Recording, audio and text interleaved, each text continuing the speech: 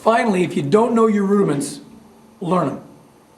If you know your rudiments, you practice them daily to perfect them, because rudiments equal chops. And there is no way that you can fake this out. I strongly believe that rudiments should be the base of all your practice. Yeah, I play jazz, but if you don't understand and you don't have the benefits of adding rudimental playing to your bank of chops, you are really going to be at a disadvantage. I want to make 2 literature suggestions. I want you to own 2 books that are crucial. Number 1 is Charles Wilcoxon, 150 Rudimental Solos, very basic solos that you can use, and I use them to sight read every day. Very simple, but it really provides you with an excuse to play your rudiments and do it well. Number 2 is The Drummer's Complete Vocabulary as taught by Alan Dawson. This is a book written by John Ramsey, and it's available on Amazon.com. Alan Dawson was the drum teacher at Berklee School of Music for years and years and years, and this is a rudimental approach to independence at the drum set that you cannot do any better. This is, if I had to recommend one book, this would be the book to recommend. And finally, I want to show you 2 exercises from 7 pages of Ted Reed's book, The Syncopation. And I'm going to start on page 37, and this is exercise 1. Okay, so the first exercise is one using a basic swing pattern. And this is something that drives me crazy when we hear auditions. The first thing we hear when we hear a swing pattern is this. Okay, so what I want you to do is play, instead of that, this. In a big band, typically the bass player plays 4 beats in a measure. So when we play what we call 4 on the floor, this is redundant in a big band situation. So it's not necessary to play that. So this, however, is the basis of everything.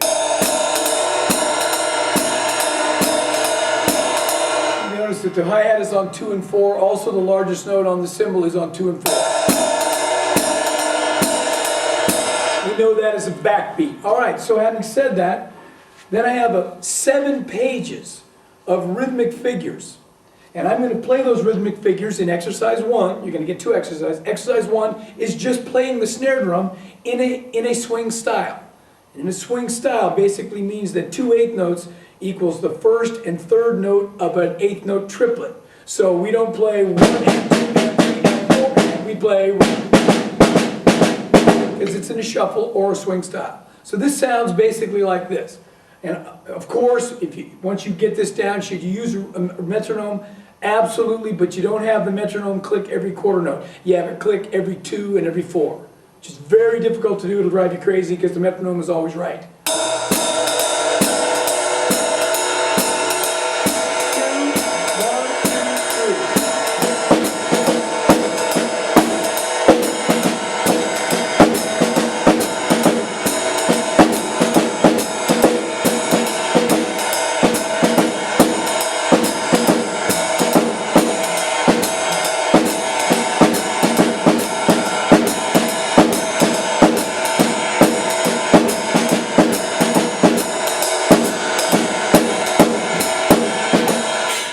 So that goes on for 8 pages, and of course the idea is, number 1, I have completely separated the rhythm I play in the left hand from the pattern I play on the right cymbal and the hi-hat. That's independence, and we've got to have it. And obviously the idea is to, at some point in time, build up the tempo so that it sounds like jazz.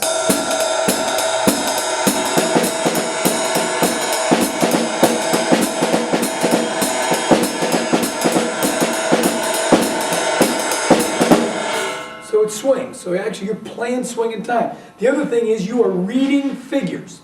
Reading figures that are going to be the same as you'll see in a big band chart. So, and there's only so many permutations. The second exercise is to do that same exact process and play the melody on the bass drum.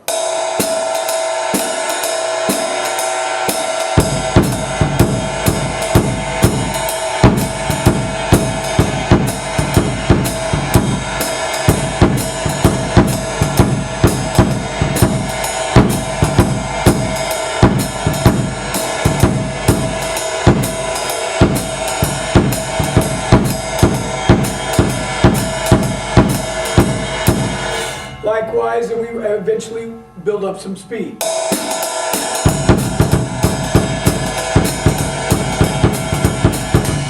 So this is a way of developing independence. 8 pages of that will change, revolutionize your playing. There is a third exercise, and if someone can convince me that they have mastered 1 and 2, I will show it to you, because it's a triplet fill-in thing that is extraordinarily cool.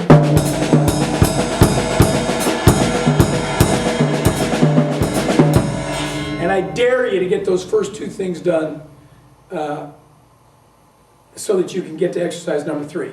On behalf of the Dodds Honor Jazz Seminar Project Officer, Mr. Eric Mizels, the clinician, the great Professor Jiggs Wiggum, myself, and all the staff, I promise you're working tirelessly to make sure that you are exposed to this wonderful art form. Good luck. I look forward to hearing from you.